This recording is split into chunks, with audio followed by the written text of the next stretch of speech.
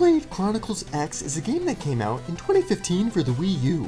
It's largely forgotten, partially because it's a game that came out in 2015 for the Wii U, but mostly because it's a game about feminism, and gamers are sexist.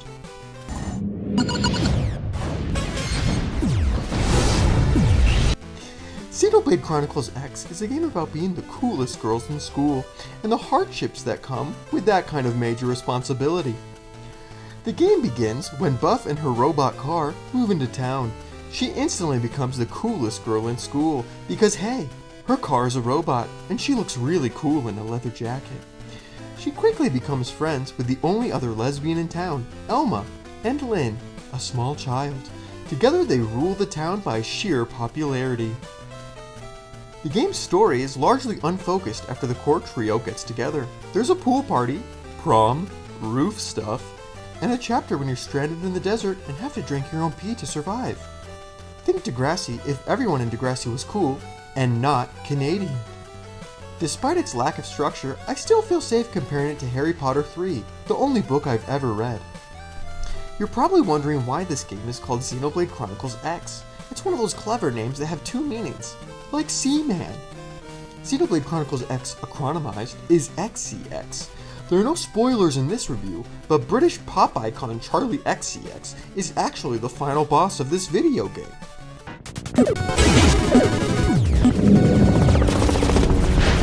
The point of this game is to accrue a large enough following that anyone you bully will be alienated enough to move out of town. You can see throughout the game individuals joining and leaving your squad. Those who join your squad are accepting and embracing your doctrine. The individuals who leave your squad are unimportant filth who you'll never see again anyways, and have already blocked on Instagram. The gameplay is really good, but I don't know what to do. It's mostly driving around, having a good time, and going anywhere you want. Since this is a game about going anywhere you want, there's only one place you won't be going. Church. As you drive around town, you'll be able to eavesdrop in conversations. This mechanic is useful to see if anyone's talking smack about you, but also to potentially collect blackmail on guys you like now, but might not like later. Oh, Sasha collects her toenails in a jar? That's good to know in case Sasha tries to ask Mark out to the prom.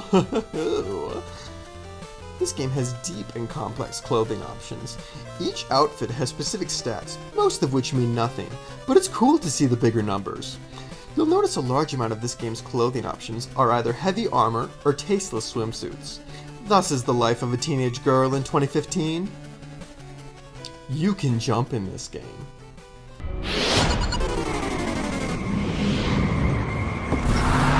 I don't know anything about computers, but this game looks pretty realistic.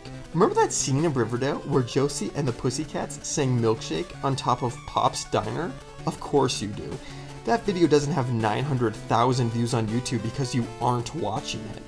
My milkshake brings all the boys to the yard and they're like, it's better than yours, damn right, it's better than yours, I can teach you, but I have to charge. You want it.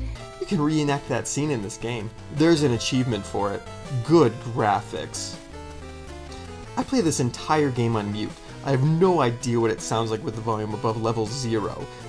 For me though, the soundtrack to this game was a firm 100 hours of the podcast, Chapo Trap House. I learned a lot about the United States and its TV shows. I'm smarter now than I was before I played Xenoblade Chronicles X. My ears were pleased while I played this game.